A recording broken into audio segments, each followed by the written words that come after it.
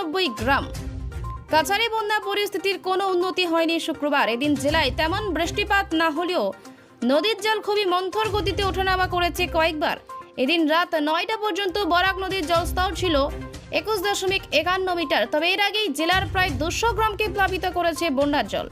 প্রভাবিত হয়েছেন জেলার প্রায় 1,20,000 মানুষ। ইতিমধ্যে এক শিশু সহ 3 জনের মৃত্যু হয়েছে কাছারে।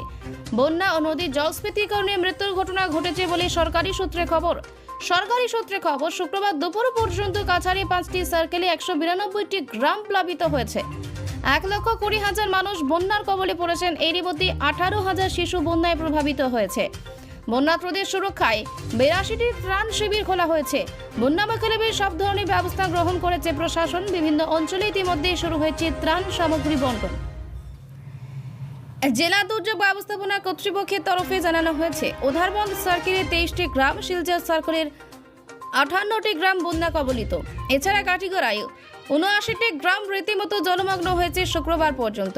লক্ষ্মীপুর সার্কেলে 5টি ও সোনাই সার্কেলের 27টি গ্রাম প্লাবিত হয়েছে বন্যার জলে।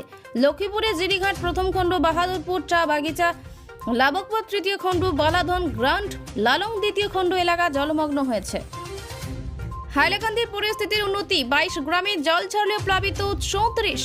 কালীনগরে জলে ডুবে মৃত্যু শিশুর, খোলা হলো 19 ত্রাণ শিবির। জেলায় বন্যায় আক্রান্ত 10,165। হাইলাকান্দির সার্বিক বন্যা পরিস্থিতির কিছুটা উন্নতি হয়েছে শুক্রবার। এদিন বৃষ্টিপাত না হওয়ায় ধলেশ্বর ও কাটাখাল নদীর জল কমতে শুরু করেছে। তবে এদিনও বন্যা জলে ডুবে আলগাপুর রাজস্ব সার্কেলের কালীনগর এলাকায় এক শিশু মৃত্যুর খবর পাওয়া গেছে। 7 বছর বয়সী ধ্রুবজ্যোতি দাস জলে ডুবে মারা যায়। শিশুটির মরদেহ এসডিআরএফ জওয়ানরা শুক্রবারই উদ্ধার করেছেন। পাহাড়ে চলল রেস্টোরেশন ট্রেন, ফের বাতিল যাত্রী ট্রেন। ডিমা হাসাও জেলায় শুক্রবারও বৃষ্টি হয়েছে। বদরপুর লামডিং রেল লাইন এদিনও বন্ধ ছিল। তবে পুনরায় ট্রেন চালানোর জন্য দিনরাত পাহাড় লাইনে কাজ করে যাচ্ছেন ট্রাকম্যান সহ শ্রমিকেরা। শুক্রবার লামডিং থেকে একটি পাথর বোঝাই রেস্টোরেশন ট্রেন চালানো হয়েছে। যাত্রী ট্রেন শীঘ্রই চালানোর জন্য এনএফ রেলের শীর্ষ আধিকারিকেরা দফায় দফায় বৈঠক করছেন। হালকা যানবাহনের জন্য খুলল জাটিঙ্গা শিলচর মহাসড়ক। লামডিং বদরপুর পাহাড় লাইন রোড শীঘ্রই চালু করার জন্য যুদ্ধকালীন গতিতে কাজ হচ্ছে। রেমাল ঘূর্ণিঝড়ের প্রভাবে পাহাড়ের 7টি পৃথক স্থানে রেল ট্র্যাক ক্ষতিগ্রস্ত হয়েছে। সুড়ঙ্গ পথের ভিতর জল ঢুকেছে। সব মিলিয়ে পথ সচল হলেও যাত্রীবাহী ট্রেন চলাচলে আরও 7 দিন সময় লাগবে। শুক্রবার যুগসংঘের সঙ্গে একান্ত সাক্ষাৎকারে কথা জানান ডিমা হাসাও জেলার ডিসি সীমান্ত কুমার দাস। তিনি আরও জানান, রেলের শীর্ষ আধিকারিকের সঙ্গে নিয়মিত যোগাযোগ রয়েছে। যত দ্রুত সম্ভব রেলপথ সচল করতে কর্তৃপক্ষ কাজ করছে। এছাড়া জাটিঙ্গা শিলচর মহাসড়ক শুক্রবার থেকে হালকা যানবাহনের জন্য খুলে দেওয়া হয়েছে। আবহাওয়া অনুকূল থাকলে ভারী যানবাহন চলাচলের ব্যবস্থা নেওয়া হবে বলে জানান তিনি। সে বাড়িতে শীঘ্রই এলিভেটেড রোড বিধ্বস্ত বাঁধ দেখিয়ে জানালেন পীযূষ। আঙ্গার জুড়ে নদী ভাঙন প্রতিরোধী পদক্ষেপের আশ্বাস জলসম্পদ মন্ত্রীর। 2 দিনের বরাক সফরে এসে দুবার তারাপুর শিববাড়ি বাঁধ পরিদর্শন করলেন জলসম্পদ মন্ত্রী পীযূষ হাজারিকা। শুক্রবার সকালে বাঁধ মেরামতির কাজ খতিয়ে দেখে তিনি বলেন, শিববাড়ি বাঁধের স্থায়ী সমাধানে সচেষ্ট রয়েছে সরকার।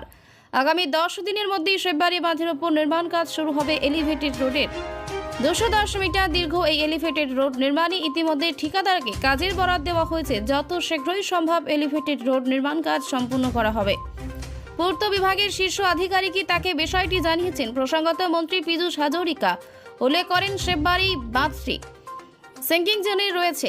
এখানে বালু, মাটি, পাথর ভরাট করা হলেও তলিয়ে যায়। তবে রাস্তাটি যান চলাচলের অনুপযুক্ত হয়ে পড়ে ভোগান্তির শিকার হন সাধারণ মানুষ। সে কথা অনস্বীকার্য। তাই এখন বাঁধের ওপর দিয়েই হবে এলিভেটেড রোড। তা নির্মাণ হয়ে গেলে আর আজকের দিনের মতো উদ্বেগজনক পরিস্থিতির সৃষ্টি হবে না। শিলং রোডে হালকা যান চালু। প্রায় 24 ঘন্টা পর খুলল শিলং রোড। শুরু হলো হালকা যানবাহনের চলাচল। কার্যত যুদ্ধকালীন তৎপরতায় কাজ করে হালকা যানবাহনের জন্য গুরুত্বপূর্ণ এই সড়কপথ সচল করতে সফল হয়েছে NHIDCL। শুক্রবার সকাল 10টা থেকে শুরু হয়েছে হালকা যানবাহন চলাচল। কুশিয়ারা সিংলা জল কমছে, স্থিতাবস্থায় লঙ্গাই। সীমান্ত জেলায় বন্যা পরিস্থিতি তেমন কোনো উন্নতি হয়নি। সিংলা ও কুশিয়ারার জল কমলেও স্থিতাবস্থায় রয়েছে লঙ্গাই নদীর জলস্তর। সদর শহর সহ জেলার বিভিন্ন অঞ্চলে অসহায় বন্যাক্রান্তরা আশ্রয় নিয়েছেন ত্রাণ শিবিরে। করিমগঞ্জ সহ জেলার বিস্তীর্ণ অঞ্চল বন্যার কবলে অসহায় হয়ে পড়েছেন মানুষ। ক্ষতিগ্রস্ত হয়েছে জমির ফসল, পুকুরে মাছ, ঘরের আসবাবপত্র। অবিরাম বৃষ্টিপাতের ফলে করিমগঞ্জ জেলার প্রায় 3টি নদীতে অত্যাধিক জলস্ফীতি দেখা দেয়। শুক্রবার পর্যন্ত জেলার 5 রাজস্ব চক্রের 36,959 জন লোক ক্ষতিগ্রস্ত এবং 100টি গ্রাম প্লাবিত হয়েছে। জেলায় এখনো পর্যন্ত রামকৃষ্ণনগর রাজস্ব চক্রে 26টি, নিলাম বাজারে 19টি, পাথারকান্দিতে 38টি, বদরপুরে 6টি এবং করিমগঞ্জে 11টি গ্রাম ক্ষতিগ্রস্ত হয়েছে। শেষ দফায় দেশের 57 কেন্দ্রে ভোট। আজ নজরে প্রধানমন্ত্রীর বারাণসী। 24-এর ভোট যুদ্ধ শেষ হচ্ছে শনিবার। এবার দিল্লির সিংহাসনের লড়াই শুরু হয়েছিল 19শে এপ্রিল। শনিবার সপ্তম তথা শেষ দফায় পশ্চিমবঙ্গের 9টি আসন সহ দেশের মোট 57টি লোকসভা কেন্দ্রে নির্বাচন। এদিন 904 জন প্রার্থীর ভাগ্য নির্ধারিত হচ্ছে।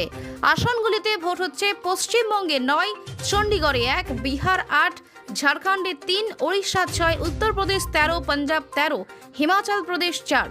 উন্নতি বন্যা পরিস্থিতির। হাইলাকান্দি জেলার 22টি রাজস্ব গ্রাম থেকে বন্যার জল সরে যাওয়ায় জেলায় সামগ্রিক বন্যা পরিস্থিতি কিছুটা উন্নতি হয়েছে। তবে শুক্রবার পর্যন্ত জেলার 34টি রাজস্ব গ্রামের 10,165 জন লোক বন্যার কবলে রয়েছেন। শুক্রবার নতুন করে আরও একটি রিলিফ ক্যাম্প খোলায় জেলায় এখনও পর্যন্ত 15টি রিলিফ ক্যাম্পে 2,706 জন শরণার্থী আশ্রয় নিয়েছেন।